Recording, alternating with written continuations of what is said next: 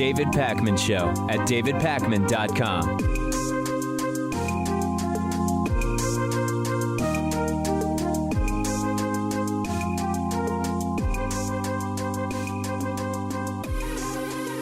Last night's State of the Union address was the epitome of the reality show State of the Union address, and it was capped by Nancy Pelosi literally ripping up Trump's speech inches behind Trump's head as he was mouthing thank you, to people in the audience in completely cartoonish fashion. So we'll end with Nancy Pelosi ripping up the speech, but that's not where I want to start. So we were live streaming on YouTube, Twitch, and Facebook during the State of the Union address. And at the start of the speech, I was fact-checking. I was taking notes. I was trying to, in real time, correct the lies and distortions of Donald Trump. And about 5 minutes in, I realized there's no point in doing this. There's no point in doing this in the traditional sense. The fact-checking here is pointless, number one, because it's just constant lies and distortions and deception. Number two, because what would be the point today of going point by point, lie by lie, given what the reality is right now, very different than what it was in times past in the United States? Either you are in one of three camps. Either you're on the side that knows Trump is lying and you'd already don't plan to vote for him. You're on the side that knows Trump is lying or suspects that he is, but you don't care because you've convinced yourself, well, all politicians lie, and you're going to vote for him anyway. Or you're on the side that doesn't believe that he is lying. Whether or not you're going to vote for him, fact-checking isn't going to convince you. So the point-by-point fact-check is irrelevant in a sense. And I don't mean it's irrelevant because truth doesn't matter. I mean it's irrelevant because you either don't need it or it's not going to affect you. Just as a couple of examples, there was constant deception. I'll give you one. Trump bragged about how tons of people got off of food stamps under his administration. Take a look. Under the last administration, more than 10 million people were added to the food stamp rolls. Under my administration, 7 million Americans have come off food stamps and 10 million people have been lifted off of welfare. Now, of course, Trump cut food stamps. So it's not really an accomplishment to say fewer people are now on food stamps. You just cut the program and kicked people off of food stamps. It's like me saying, great news. I was able to get 10 people off of life support today. Isn't that great? Well, did they die when you took them off of life support? Did you cut off life support when they needed it? Or are they now breathing on their own? By itself, saying there are fewer people on food stamps is not an accomplishment. One other example. Trump talked about the number of people now working in the United States is more than ever before. The Republicans love this. And then when it's a Democratic president, they love saying the number of people not working today is higher than ever before.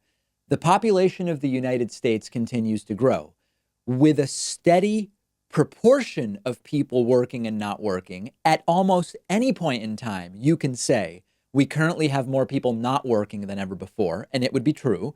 And you can also at the same time say we currently have more people not working than ever before. And it would also be true. It's meaningless absent any more context. So those are some examples. But our time today is not well spent fact-checking a 78-minute speech that was riddled with lies and deception. So I want to talk about the big picture from last night, because that's really what I think matters.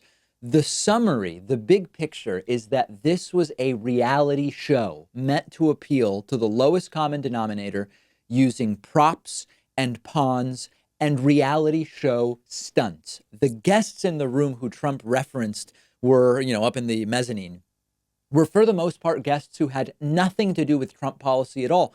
They were merely pawns and props. And I know every time we make a commentary like this, some people say, David, you're insulting those people. You're saying they're stupid and they're being used as pawns and props.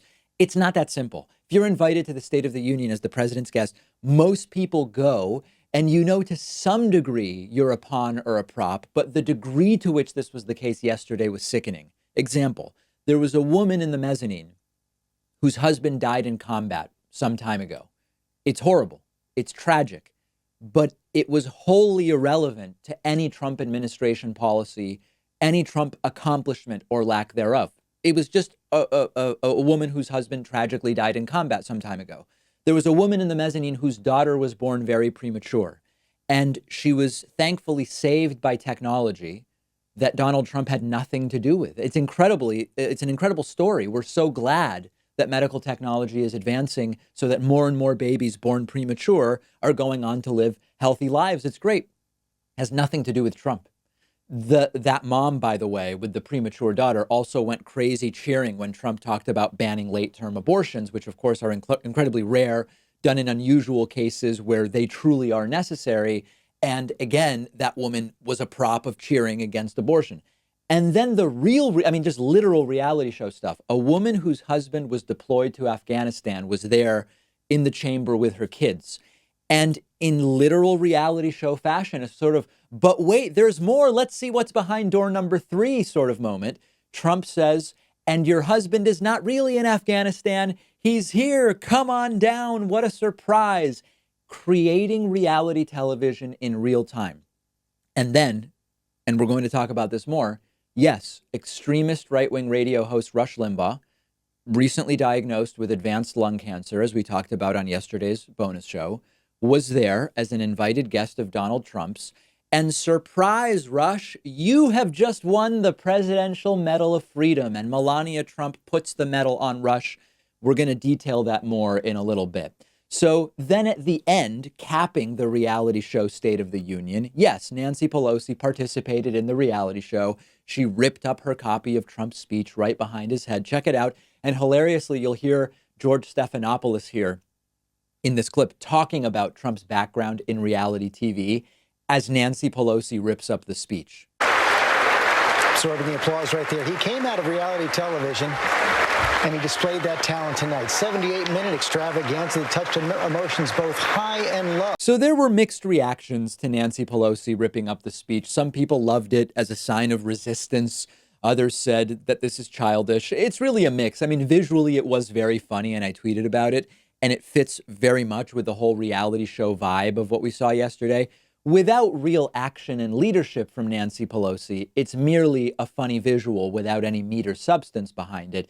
And then the saddest part, of course, of all of this is there will be people to whom this speech really appealed. They saw a soldier's wife and a kid saved by medical technology that Trump had nothing to do with, and they end up feeling good about Trump because it is designed to be emotionally manipulative in exactly the way that it worked on some people. And they'll say, I feel really good about voting for Donald Trump now in November. That is really hard to fight, but we're going to devote more time to that a little bit later. Let's talk now about the Rush Limbaugh thing. One of the peak reality show moments of last night's State of the Union address by Donald Trump, running 78 minutes and being riddled with lies and distortion and reality show moments. One of the things that was absent was policy. And Donald Trump instead did cheap stunts like surprising extremist right-wing radio host Rush Limbaugh with the Presidential Medal of Freedom. Check out that moment. Rush in the news lately because he announced that he has been diagnosed with advanced lung cancer. He was there as Trump's guest. And here is Trump surprising him with the Presidential Medal of Freedom. I am proud to announce tonight that you will be receiving our country's highest civilian honor, the Presidential Medal of Freedom.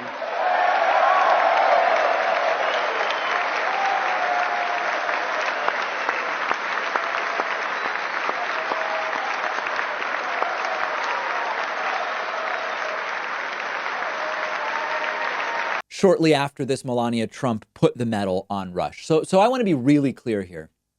I'm not happy Rush Limbaugh has lung cancer. We're going to hear a voicemail later today from a caller about this. I find Rush Limbaugh's politics disgusting and destructive, but I would not wish cancer on anyone. I know personally the nightmare of having a loved one diagnosed with cancer and serious illness. I have nothing to say that would even hint at pleasure at Rush Limbaugh having cancer. Separate from that, Rush Limbaugh is a disgusting, horrible extremist who should not have the Medal of Freedom. It devalues the honor of the Medal of Freedom to give it to Rush Limbaugh. This is the Rush Limbaugh who called Barack Obama the magic Negro in a song parody. This is Paul Shanklin as Al Sharpton about Barack Obama. Barack, the magic Negro, lives in D.C. The LA Times, they call him that because he's not authentic like me. This is a guy who mocked Michael J. Fox's Parkinson's by pretending to shake uncontrollably and claim that Michael J. Fox is playing up the Parkinson's. In this commercial, he is exaggerating the effects of the disease.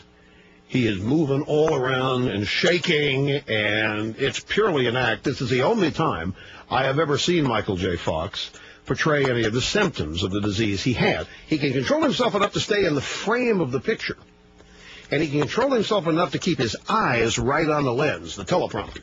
That guy is the one that Donald Trump surprised with the Presidential Medal of Freedom last night.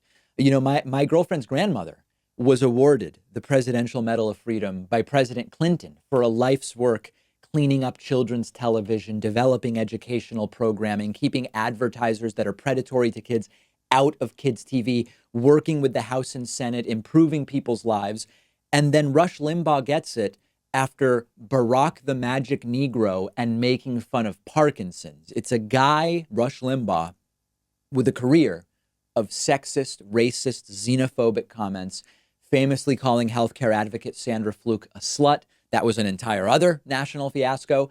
So the medal ends up meaning less instantly when Donald Trump gives it to Rush Limbaugh in this cartoonish reality show stunt meant merely to get attention. It's classless to use a national address to give a reactionary talk show host a medal for nothing more than being a Trump supporter, because that's really what this is about. Limbaugh is sick now. He supports Trump. And here's a way to do something that will get attention. Imagine for a second, like it's hard to even come up with an example, like Bill Maher or Jon Stewart, I don't even know. Imagine that Barack Obama was impeached by a Republican House and hours from being acquitted by a Democratic Senate in a total sham trial. And the day before, during a State of the Union, Barack Obama says, surprise Bill Maher or surprise Jon Stewart, here's the Presidential Medal of Freedom. The right would go nuts. They would be apoplectic. And, you know, Bill Maher and Jon Stewart aren't even good examples because they were critical of Barack Obama. There almost is not a good example. We're living in a society where logic, reason, and thought have been replaced by ignorance, pandering, and almost a proud defiance about falling for, wanting to fall for, wanting to be sucked into these meaningless stunts, the reality show nature of what's going on. And we're in trouble. I mean, we're just in serious trouble as a result. Let me know what you thought about the State of the Union address. I'm on Twitter at @DPacman. Follow me there. Follow the show on Twitter at David Pakman Show as well. The David Pakman Show at davidpakman.com.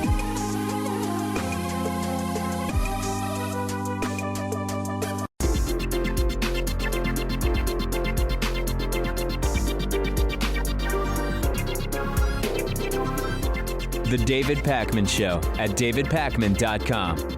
Today's new members of the day are Adrian Cardozo and Carl Ventris. Adrian and Carl, thank you so much. I so appreciate your support through the membership program.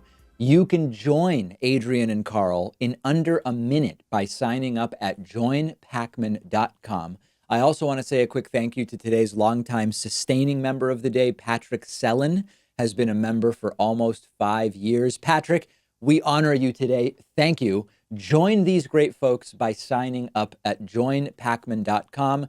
Coupon code is available. The code is This Is 2020 because it is now. This Is 2020 will save you 40% off of the membership of your choice. It is time for Hatriot Mail. Hatriot Mail, of course, when a professional voiceover artist does interpretive readings, interpretive narration of the Hatriot Mail, the hate mail that I get. Quick reminder about Hatriot Mail. Because we cling to our guns and our God, but somehow totally cool with a billionaire who wants to assault our wife. Hatriot Mail. Written by patriots who hate David Pakman. Because America. And because freedom. All right, let's get right to it. I think that the person who wrote this one to me may not really like my perspective on politics. Take a listen. His name, scrawny loser, jealous lowlife, aka David Pakman, is President Trump. David Pakman is a loser, jealous idiot. We will fix things by getting liberal hacks like David Pakman to lose again. David Pakman obviously drank lots of fluoride and ate from BPA-lined plastic his whole life. Effeminate loser. I actually really resent this hatred. I didn't drink lots of fluoride. I got the right amount of fluoride, the exact right amount. And as a result, my teeth are healthy. It's a beautiful thing. Remember that you can fight patriotism in your local community by using the coupon code Hatriot40 when you sign up for a membership at joinpakman.com. Save 40% and make Hatriots cry with the coupon code HATRIOT40. We have once again multiple examples of these strange brain glitches that some are calling colloquially mini strokes happening to Donald Trump from last night's State of the Union speech. I don't know what this is. I am not a medical professional. I have gotten emails from neurologists who say, David, these seem possibly like mini strokes. Sometimes dementia can cause this. Sometimes it can be medication. It can be drug abuse. Some say it's Parkinsonian. I don't know what it is, but something is not right. I'm going to play for you two examples from last night. It's very visual. So if you're listening to the podcast or on the radio, find the video on our YouTube channel.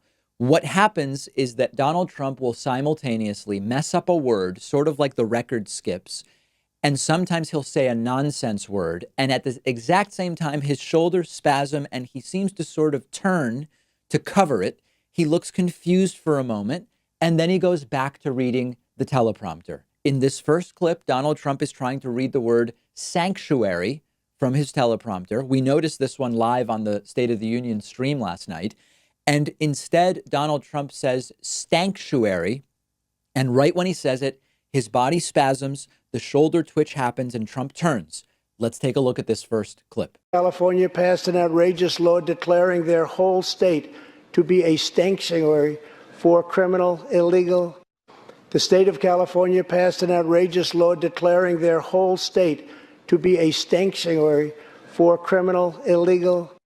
The state of California passed an outrageous law declaring... Again, it's like the record skips. Trump misses or misstates all or part of a word.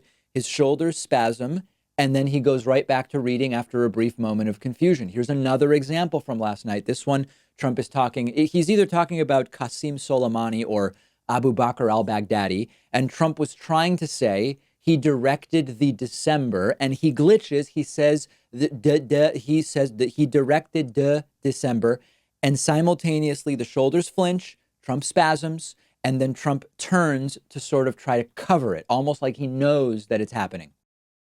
Soleimani orchestrated the deaths of countless men, women, and children. He directed the December assault and went on to assault U.S. forces in Iraq.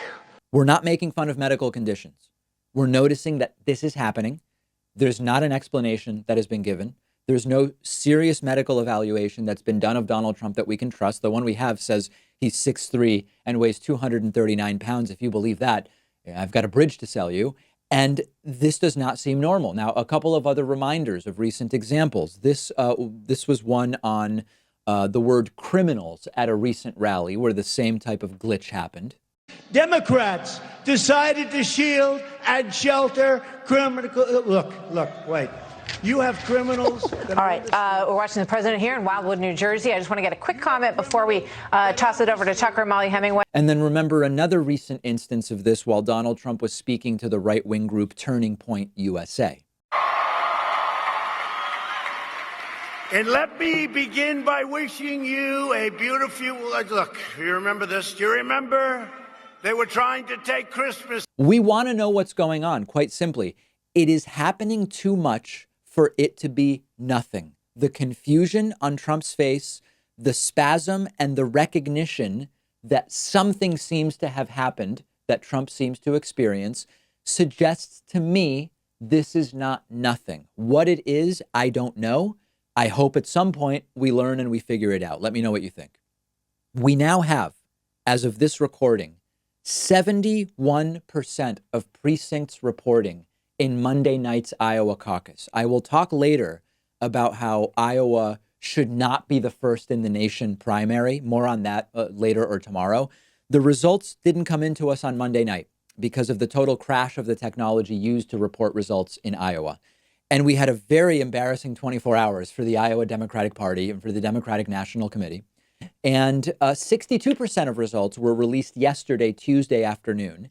As of this recording, we've gotten another 9 percentage points of the results. 71% have been released. Most analysts believe that Pete Buttigieg, who is now leading, will be the eventual winner of the Iowa caucus. Now, remember, these are proportional delegate allocations. So it will be a mathematically meaningless victory for Buttigieg relative to Bernie Sanders in the grand scheme of things, but we'll come back to that.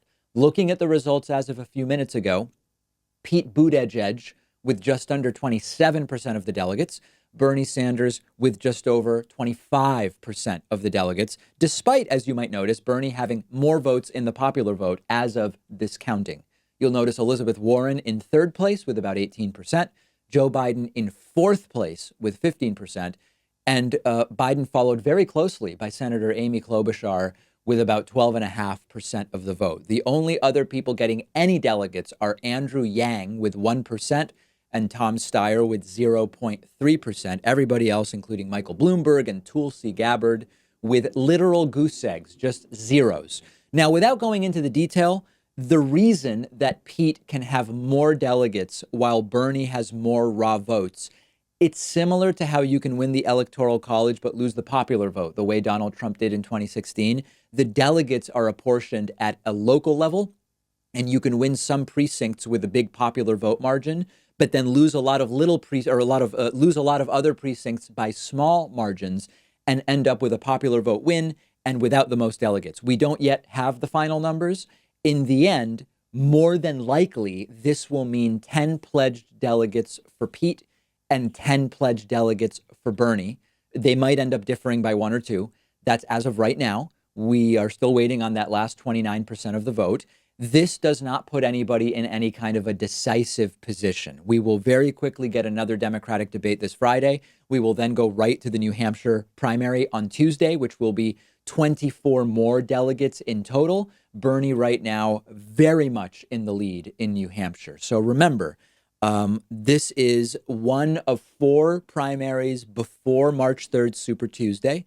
The delegates are apportioned proportionately, and the DNC is increasingly panicking about Joe Biden's poor performance and Bernie's good performance. We'll talk a little bit later about the idea that's being floated about giving superdelegates the power they had in 2016, which had been taken away from them. In New Hampshire, Bernie Sanders, remember, Bernie won handily in the 2016 New Hampshire primary. He had about 60% of the vote to Hillary Clinton's 38%. Massive victory in New Hampshire in 2016.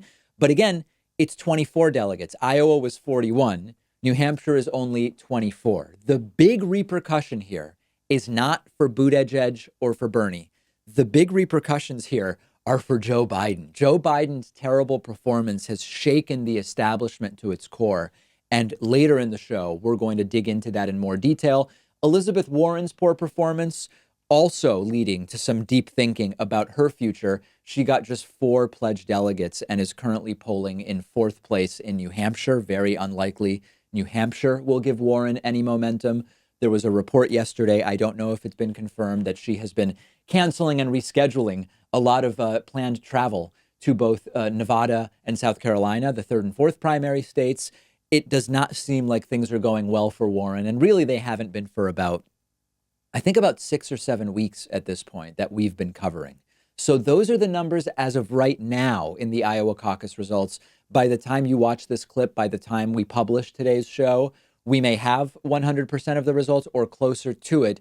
But generally speaking, these are the results. A overperformance by Pete Buttigieg, significant underperformance by Joe Biden, and Bernie Sanders roughly percentage-wise with the level of support that the polls indicated going in. Make sure you're following The David Pakman Show on Instagram for more on this and other stories at David Pakman Show. The David Pakman Show at davidpakman.com.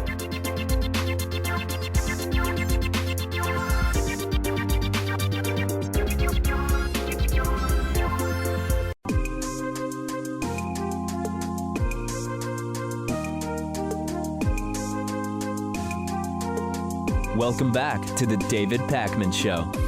So I mentioned this yesterday briefly, but now I want to dig into it more that we're starting to get actual results from the Iowa caucus. Democratic candidate Mayor Pete Buttigieg is getting absolutely crushed for having declared victory in Iowa Monday night before any votes were really counted. You might remember that when there was about 1 or 2% of the vote in on Monday before all vote reporting stopped because of the fiasco involving the app being used to communicate results in Iowa. Buttigieg was ahead for about 30 minutes by a couple points. Then it went to Bernie, but it was meaningless because we had no results at the time. And Mayor Pete came out and gave a victory speech and said, check out this video. We don't know all the results, but we know by the time it's all said and done, Iowa, you have shocked the nation. And then take a look at, this is a victory speech, and there were not yet any actual vote counts. What a night! Because tonight, an improbable hope became an undeniable reality.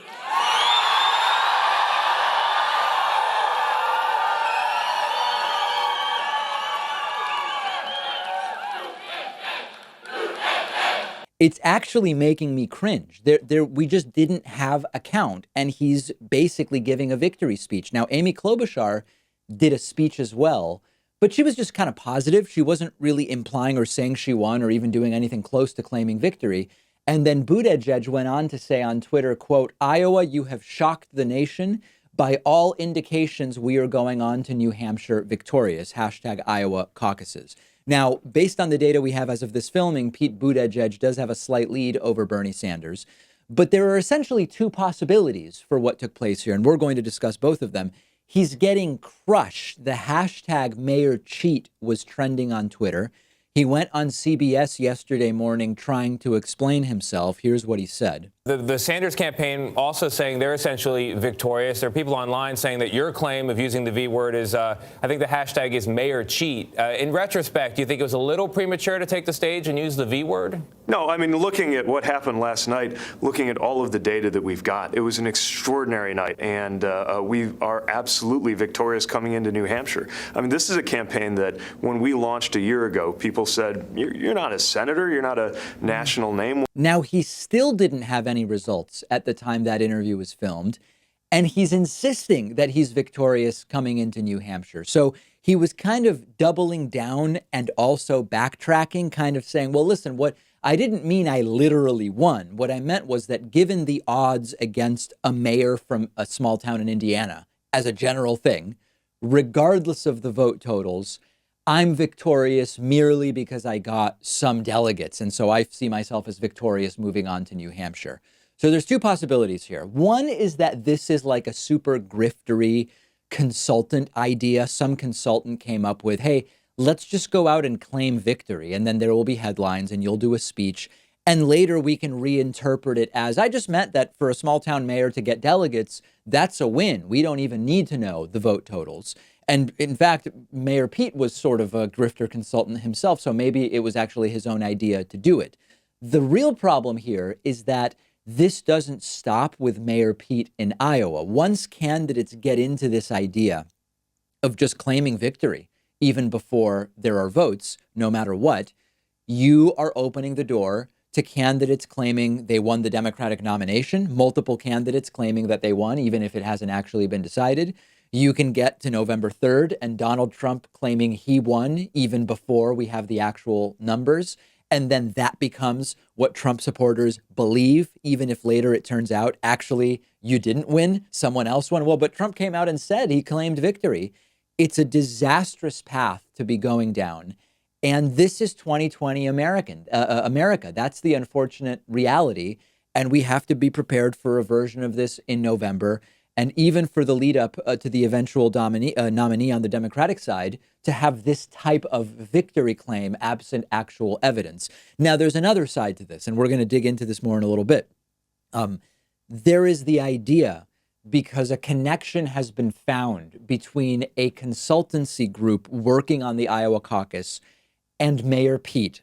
There's the idea that the reason Mayor Pete went out and claimed victory was because he already knew that the vote counts would be manipulated in his favor and he would ultimately reign victorious. Now, I think it's important that, we find connections on Republican sides, and sometimes they're meaningful and sometimes they're not. And what you really have to understand is that in the incestuous world of politics and power in the United States, it's not surprising to keep running into the same people frequently. And we have to be more discerning than that, right? When Trump says he doesn't know Lev Parnas, and Parnas keeps showing up in videos talking to Trump about Marie Yovanovitch and whatever else, at a certain point, it starts to belie credulity. When it comes to the Mayor Pete thing, I don't think that we should attribute to malice what can be explained by incompetence, but I am not saying there is definitively nothing to see here when it comes to these consultant groups and Mayor Pete. Let's talk about that more in the next segment, because it is it's important that we get this sort of under control before people go too far with it. Okay, so let's now talk about the Democratic Party and the Iowa State Democratic Party. The timing of this could not be worse, but the reputation of the Democratic Party is in shambles after the absolute fiasco of Monday night's Iowa caucus. Now, there are essentially two sides to this, and I alluded to this earlier. There are people who are saying this is nothing other than a technical snafu. It's good that it happened early in Iowa in the first caucus rather than, at some later point. We can now prevent it from happening again. I believe it's Nevada that was scheduled to use the same app or tech system for their upcoming vote, and now they are deciding not to because of what happened in Iowa. Okay, that's one side. It's a technical snafu, and the timing of it is really bad. The other side has gone into more conspiratorial stuff, and I don't say that pejoratively. There's a definition for what a conspiracy would be, and there are the gist of it is that it links everything that happened on Monday to a DNC Pete Buttigieg consultant conspiracy, mostly to deny Bernie Sanders the nomination. That there are variations, there are different flavors of the conspiracy theory, but that's roughly the gist of it. So what's important is very often people fall for a conspiracy theory merely because the motive seems to check out absent anything else. So let's just break it down piece by piece. And we shouldn't be afraid to do this. This is not out of hand dismissing a conspiracy, but it is also not irrationally feeding it. The first part is motive.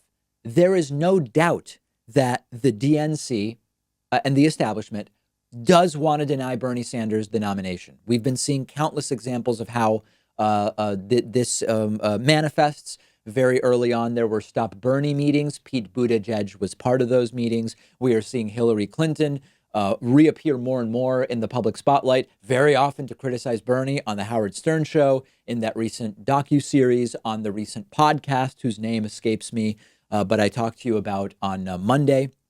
So there's no question that there is an establishment effort to try to prevent Bernie Sanders from being the nominee. That's not really the focus of the Monday fiasco. I tend to arrange hypotheses from simplest to most complex. The conspiracy theories about Iowa, while possible, seem less likely to me than what we know to be true, which is, unfortunately, most people aren't good at their jobs. Incompetence is everywhere. The 80-20 rule tells us about this. Hanlon's razor tells us not to attribute to malice what can be appropriately attributed to incompetence or ignorance. That still is the most likely scenario to me. But importantly, and I'm trying to do this more and more since reading Annie Duke's book, Thinking in Bets, when I say I think it's more likely that this is incompetence rather than a conspiracy, I'm not saying that it's 100%, right? What I am saying is that if I had to bet, I believe it is more likely that this is incompetence and not a conspiracy. We should talk more in these terms. None of us know for sure, but if you said to me, what would my return have to be on a dollar bet for me to bet that it's a conspiracy versus that it is merely incompetence? I would need a bigger return on the conspiracy bet in order to make it, because I think it is less likely. If the Iowa Democratic Party was going to rig the results, wouldn't they rig it so that the person who gets the most delegates would also get the most number of votes?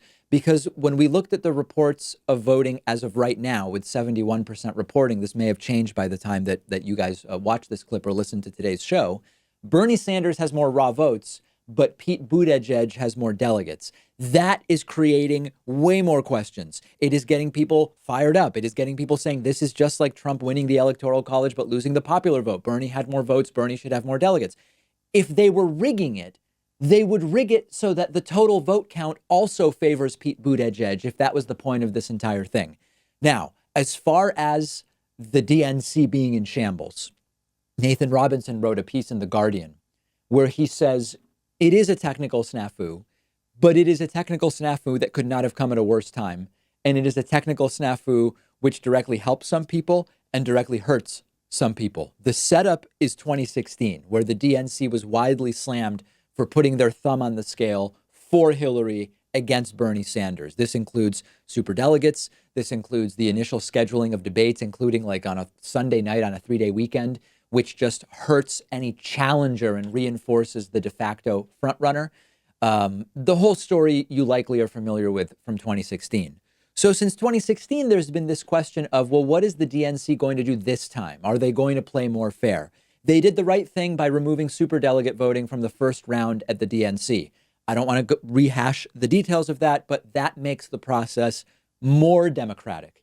But suspicions were still high going into 2020 and the primary that things were not going to be totally on the up and up.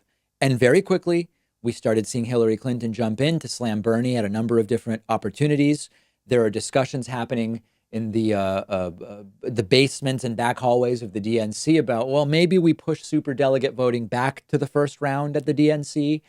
Debate qualification rules are being changed to potentially allow Michael Bloomberg into the debates, which is, again, not something that is going to help Bernie Sanders. So in short, tensions are running super high, and this is the exact time that the DNC should not fail.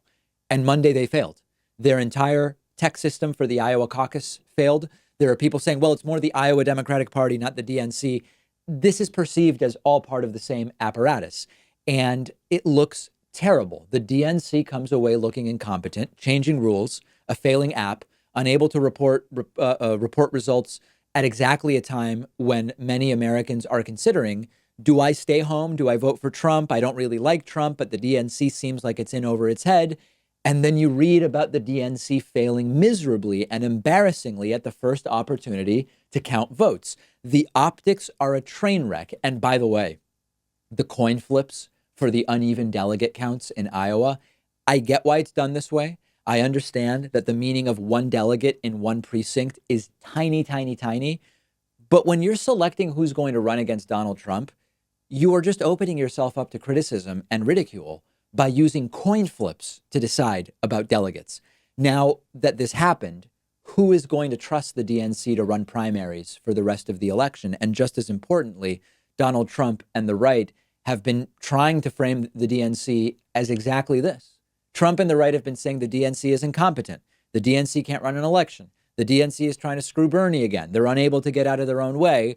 And the DNC hands Trump a gold mine of fodder. And on Monday night, Donald Trump, within minutes of this fiasco, was tweeting about it like we went through on yesterday's show. It's a comedy of errors, and it all is another little push towards the outcome of a Trump reelection. We'll talk about very good poll numbers for Trump on the bonus show today and also on tomorrow's program. But this could not have come at a worse time for the Democratic Party.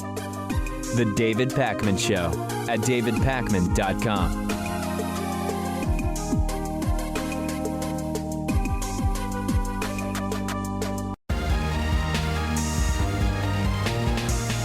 The David Pakman Show at davidpakman.com. All right, it is that time where we have to talk about Joe Biden. When we first saw that 1 or 2% of the vote come in from the Iowa caucuses on Monday night, it didn't look good for Joe Biden. Now we have, as of this recording, 71% of the vote counted, and it still doesn't look good for Joe Biden. Now with 71% reporting, Joe Biden, based on the current numbers, would get 0 pledged delegates from Iowa, 241 state delegate equivalents, which puts him in 4th place. Now, remember that Joe Biden was polling in 2nd place going into Iowa. These results are panicking the Democratic establishment because their goal is for an establishment-friendly, centrist candidate to be the nominee. Those candidates were, in order of perceived viability before we got the Iowa caucus results, the order of perceived viability for the centrist candidates was Joe Biden, number 1, Pete Buttigieg, number 2, and Amy Klobuchar, number 3. Biden, with 71% of the vote counted in Iowa, looks like he is losing badly to Mayor Pete and is barely ahead of Amy Klobuchar. And meanwhile, the Democratic establishment now has limited time to decide, do they want to switch horse in the Democratic primary? And it's not just Mayor Pete and Amy Klobuchar that they are looking at. Remember that Michael Bloomberg has huge cash reserves. There are even questions about, does it make sense for the Dem establishment to start pushing Bloomberg in order, once again, to deny Bernie Sanders, or at this point, it seems less likely, Elizabeth Warren, the Democratic nomination? There are concerns in the DNC about how does Joe Biden justify raising money given his results in Iowa. His fundraising has been okay. It's not been great. But if he does end up in 4th place in Iowa, where he currently stands, why would establishment centrist Democrats, whose priority is for Bernie not to be the nominee, why do you donate to Biden instead of Mayor Pete Buttigieg? Does Michael Bloomberg increasingly seem like the way to go for the establishment because he has nearly unlimited money? Remember, Bloomberg has more than $55 billion in net worth. He's spent, it's over $100 million. I don't know if it's approached or surpassed $200 million at this point. Biden's campaign reportedly has $9 million on hand. I mean, it's a crazy amount of money, but it's almost nothing compared to what Michael Bloomberg has already spent, never mind what he would be capable of spending without even remotely affecting his financial situation. So there are some donors who supported Hillary Clinton in 2016. One example is Alex Sink, who said people she knows are waiting to see how Biden does in a couple more primaries before deciding about giving Biden more money. 4th place in Iowa is not going to inspire a lot of financial contributions to the Joe Biden campaign. And Biden aides previously said, he doesn't have to win Iowa or New Hampshire because he's likely to do well in Nevada and South Carolina. Maybe. Bernie Sanders, of course, doing very well in New Hampshire. Nevada is now close. Biden was barely up in the last poll. South Carolina, still Joe Biden's strongest of the first 4. But one recent poll says Biden's only up 5 in South Carolina. And these polls, as we know, are not always completely accurate. So go back to the selling point for Joe Biden. The selling point for Joe Biden, to the extent that there is or was one, is that he's experienced and he's electable. Joe Biden's not exciting. I hear very few people, even Biden supporters, say that Joe Biden is exciting. Joe Biden's not bringing in a large cohort of new voters who are planning to vote for the first time and they want to do it for Joe Biden. That's not happening. Joe Biden is certainly not progressive and is not in line with what is increasingly the point of view of Americans on more and more issues, be it healthcare or many others. It's the sort of legacy sales pitch, the legacy statesman of Joe Biden. But if he can't win primaries, he was barely viable in Iowa. The case for Biden as the safe, reliable legacy statesman from the Obama administration evaporates very, very quickly. So my question to you, where do you believe the establishment will move if they move from Biden? Will they go to Pete Buttigieg if indeed Buttigieg sneaks out the Iowa caucuses? Although, again, it would be roughly the same level of delegates as Bernie Sanders. Would it go to Amy Klobuchar, who almost tied Joe Biden in Iowa based on the results we have right now? Will the Democratic establishment say we should go to Bloomberg? He has the money for the long haul. He is focusing. Remember, Bloomberg got 0 in Iowa, but he also didn't even campaign there. He's skipping right to the Super Tuesday states. Where do you believe that the establishment will go if indeed Joe Biden's viability remains a question mark, to put it lightly? Let me know. Donald Trump has famously said so many times, you must respect the flag. You must respect the national anthem. You must stand at attention during the national anthem. Anything but total unflinching devotion to the national anthem is unpatriotic. And now a video has leaked of Donald Trump at his Super Bowl party Sunday at Mar-a-Lago, laughing, fidgeting, pretending to do like he is conducting like a conductor during the national anthem, pointing at people. And at one point where the video I'm going to play cuts, appearing to be actually starting to sit down while the national anthem is playing. Take a look at this video.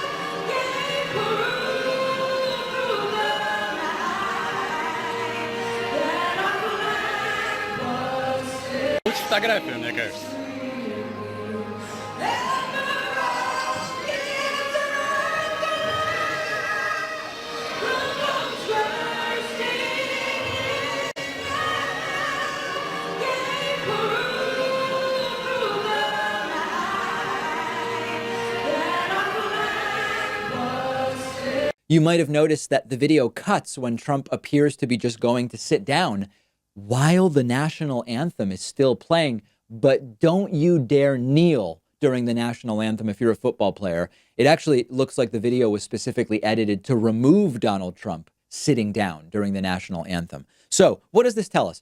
The entire salute the flag, respect the anthem stuff from Trump is nonsense.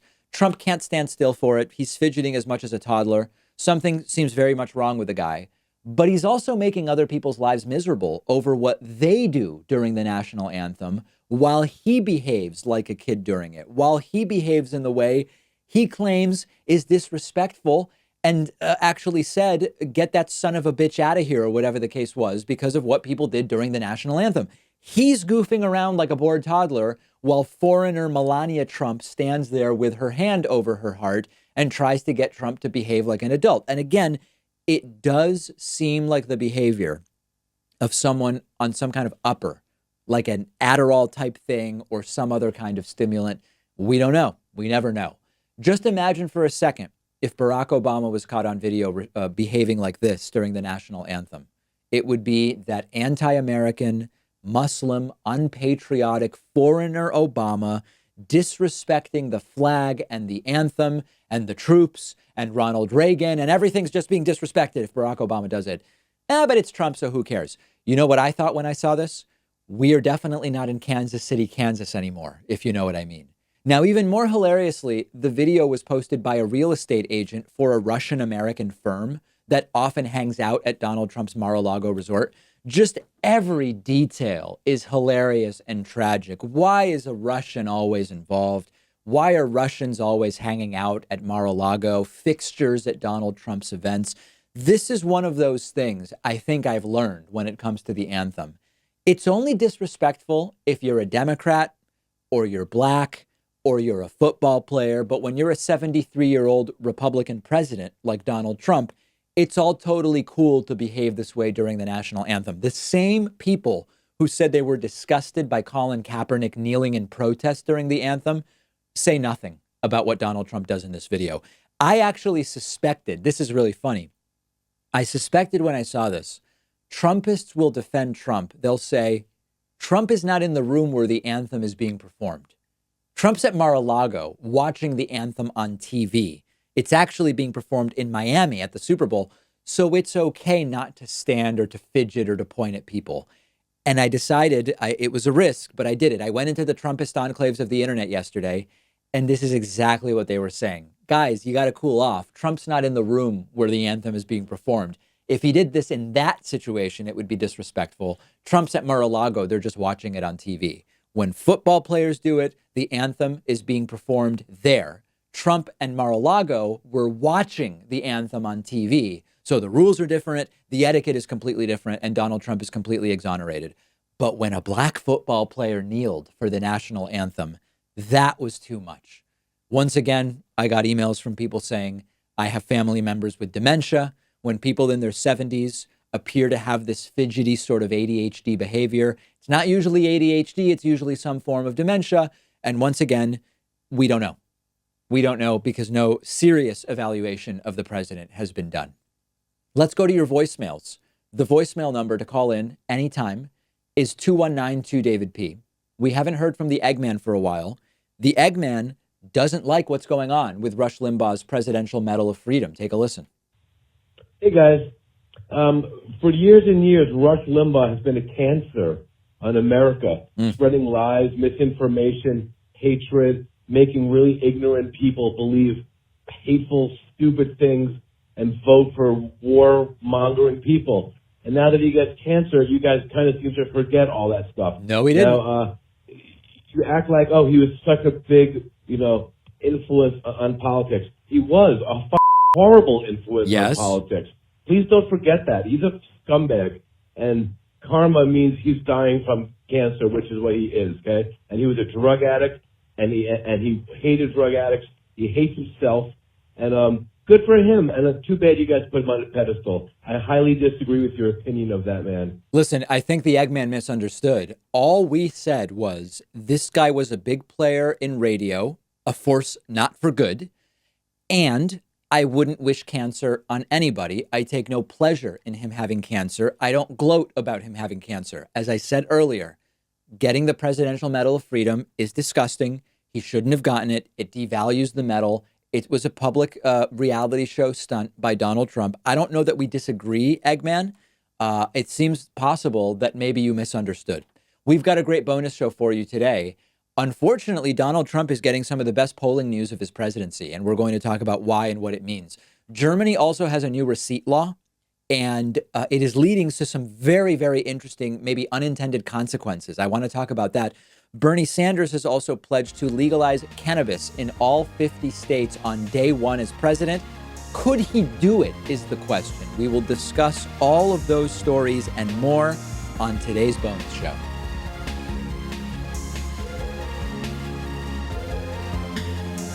The David Pakman Show at davidpakman.com.